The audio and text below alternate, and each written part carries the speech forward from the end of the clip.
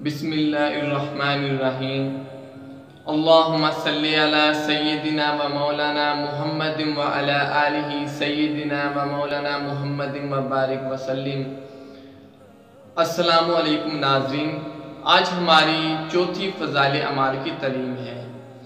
آج ہم صلح حدیبیہ اور ابو جندل رضی اللہ تعالیٰ عنہ اور ابو بصیر رضی اللہ تعالیٰ عنہ کا قصہ پڑھیں گے۔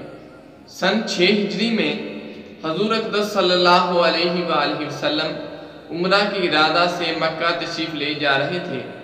کفار مکہ کو اس کی خبر ہوئی اور وہ اس خبر کو اپنی ذلت سمجھے، اس لیے مزاحمت کی اور حدیبیہ میں آپ صلی اللہ علیہ وآلہ وسلم کو رکنا پڑا۔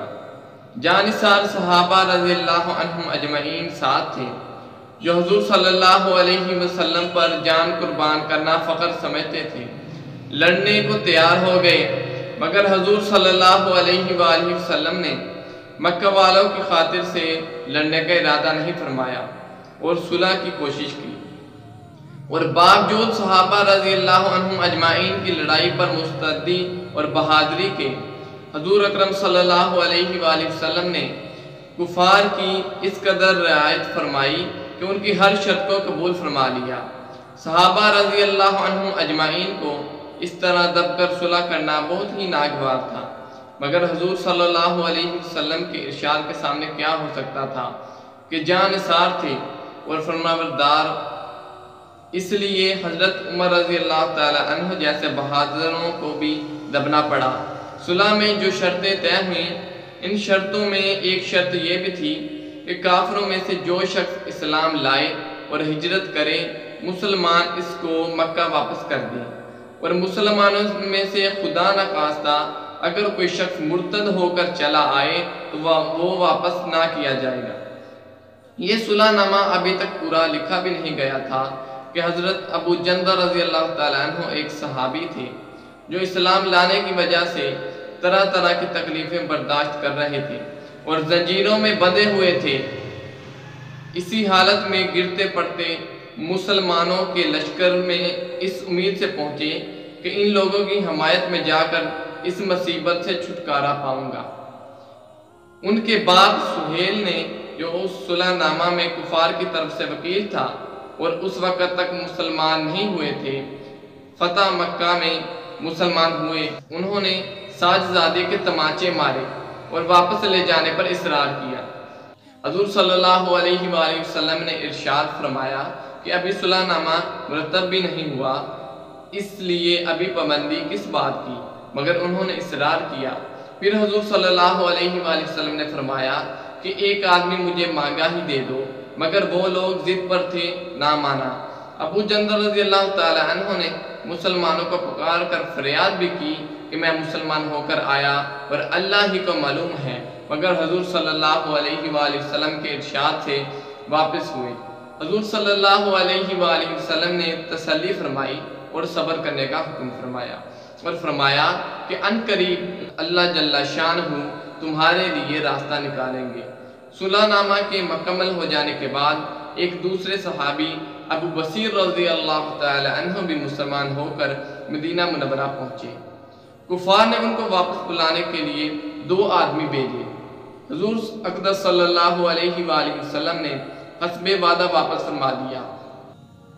ابو بصیر رضی اللہ تعالیٰ عنہ نے عرض بھی کیا کہ یا رسول اللہ صلی اللہ علیہ وآلہ وسلم، میں مسلمان ہو کر آیا ہوں۔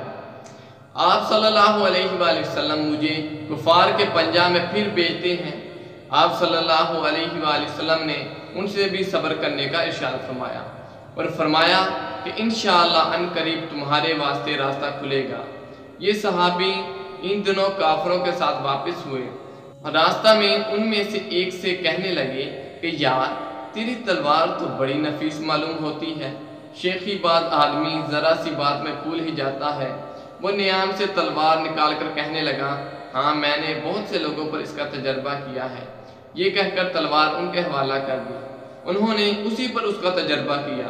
دوسرا ساتھی یہ دیکھ کر کہ ایک کو نمٹا دیا، اب میرا نمبر ہے، بھاگا ہوا مدینہ آیا اور حضور اکرم صلی اللہ علیہ وآلہ وسلم کی خدمت میں حاضر ہو کر عرض کیا کہ میرا ساتھی مر چکا ہے، اب میرا نمبر ہے۔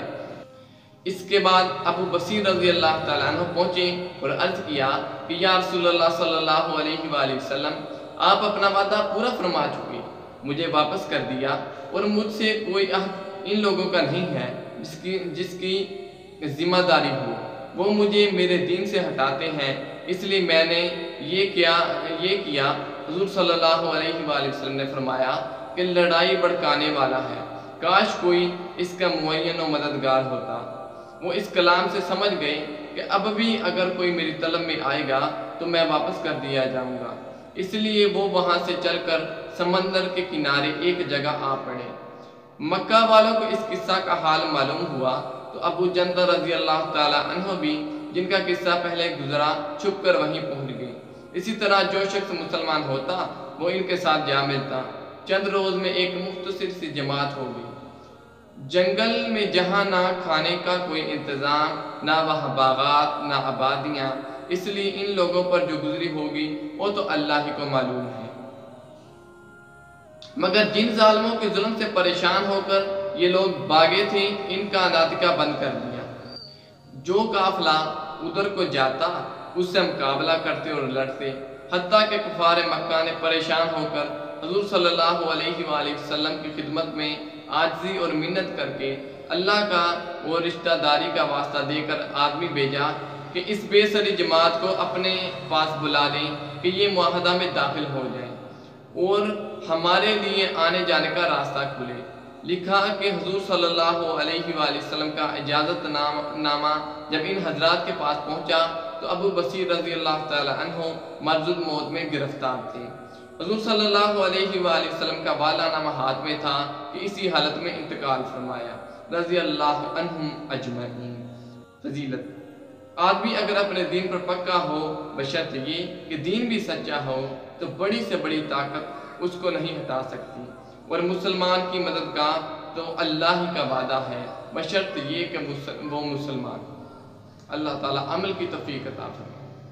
اگر آپ کو یہ ویڈیو اچھی لگی تو اسے لائک کریں، کمنٹ کریں، شیئر کریں اور ہمارے یوٹیوب چینل کو سبسکرائب کریں تاکہ ہر آنے والی ویڈیو آپ تک بر وقت پہنچ سکے۔ اللہ تعالیٰ آپ پر ہمارا حامی و ناصر ہو۔ اللہ حافظ۔